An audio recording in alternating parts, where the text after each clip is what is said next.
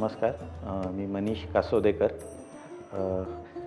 Letters आणि spirit हा असा आमचा एक आर्ट ॲप्रिसिएशन क्लब आहे, ज्याच्या अंतर्गत आम्ही विविध कला म्हणजे बेसिकली कुठली आपण एक आर्ट बघितली की आपण विचार करतो, आपण वाह किती सुंदर आहे, यांना सुचलं कसं असेल.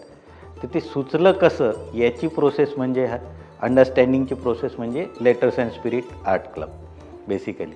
तर त्या प्रोसेसमध्ये आम्ही अनेक केले आणि आज अचानक म्हणजे आज म्हणण्यापेक्षा महिन्यापूर्वी अचानक एक दिवशी कॉल आला आणि माई डॉक्टर सिंधुताई सपकाळ यांचं एक कॅलेंडर त्यांच्या जन्मदिनी प्रकाशित करायचा आहे असा मेसेज आला.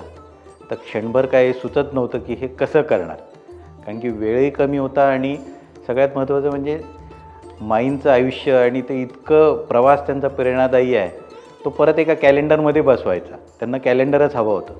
त्यामुळे आमच्यापुढे ते एक मोठं आव्हान होतं आणि आमचा तसा ग्रुप हा काही कमर्शियल नाही, त्याला कुठलीही व्यावसायिक परिमाणे नाहीत, काही नाहीत. तर त्याच्यामुळे सगळंच कसं करणार हा एक मोठा प्रश्न होता. मग त्यातनं मार्ग काढायचा असं ठरलं की त्यांच्या ज्या आयुष्याच्या सगळ्यात जवळच्या साक्षीदार कोण आहेत तर ममताताई. म्हटलं यांच्याकडनंच आपण थोडं आधी समजून घेऊया की माईंचं आयुष्य काय आणि ते कशाप्रकारे आपल्याला मांडता येईल. मग आम्ही माईंची एक झूमवर मीटिंग घेतली. त्याच्यामध्ये आम्हाला बऱ्याचशा ज्या गुगलवर न कळत असणाऱ्या गोष्टी आहेत त्या कळल्या, त्यांचा फील आला, त्याचा भाव आला आणि मग तो आम्ही कॅलेंडरवर मांडायचं ठरवलं.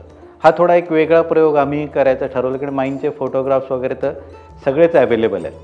पण आम्हाला असं वाटत होतं की माईंच्या फोटोग्राफचं फक्त जर कॅलेंडर केलं तर ते माई दिसतील तुम्हाला, पण ते तुमच्या डोळ्यासमोर उभ्या नाही राहणार.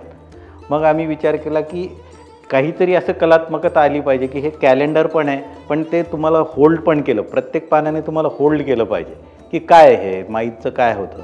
तर त्या अँगलने आम्ही ते कॅलेंडर डिझाईन करायचं ठरवलं. तर ममताताईंच्या बोलण्यात एक वाक्य आलं होतं की त्या माई म्हणायच्या की जेव्हा मला त्यांनी घराबाहेर काढलं त्यावेळेस माझ्या अंगावर फक्त एक नेसलेलं पातळ होतं आणि तेही फाटलेलं. त्या फाटलेल्या पातळाला गाठी होत्या, असं त्यांचं एक वाक्य आणि ते मला वाटतं गुगलवर पण बऱ्यापैकी त्यांच्या भाषणात आहे. तर तोच आम्ही धागा पकडला की ही त्यांची आयडेंटिटी, म्हणजे तिथून त्यांचं खऱ्या अर्थाने ज्या दिवशी त्यांना घराबाहेर काढलं तिथून हा सगळा वादळी प्रवास सुरू झाला आणि ही जी प्रेरणादायी ऊर्जा जी सगळी आहे माईंच्या व्यक्तिमत्वाची ती त्याचा तो मला वाटतं की स्टार्टिंग पॉईंट होता.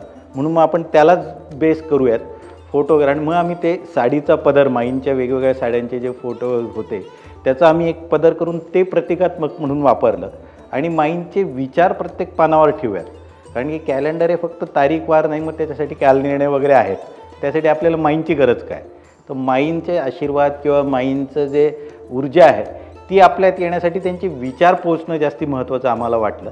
म्हणून आम्ही विचार प्रत्येक पानावर एक विचार किंवा त्यांच्या भाषणातलं एक वाक्य की त्याच्यामागं सगळी थॉट प्रोसेस माईंडची काय असेल ती त्या प्रकारे आम्ही डेव्हलप करायची ठरवली आणि मग त्यानुसार ते कॅलेंडर आम्ही डिझाईन केलं. म्हणजे बेसिकली ते कॅलेंडर हे 12 पानांचंच आहे.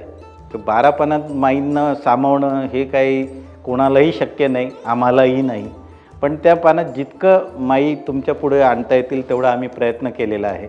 कारण की शेवटी कॅलेंडर म्हणजे फक्त तारीखवार नसतं, प्रत्येक पान जे आहे आमच्या कॅलेंडरचं ते कालातीत आहे, कारण त्या प्रत्येक पानावर माई आहे.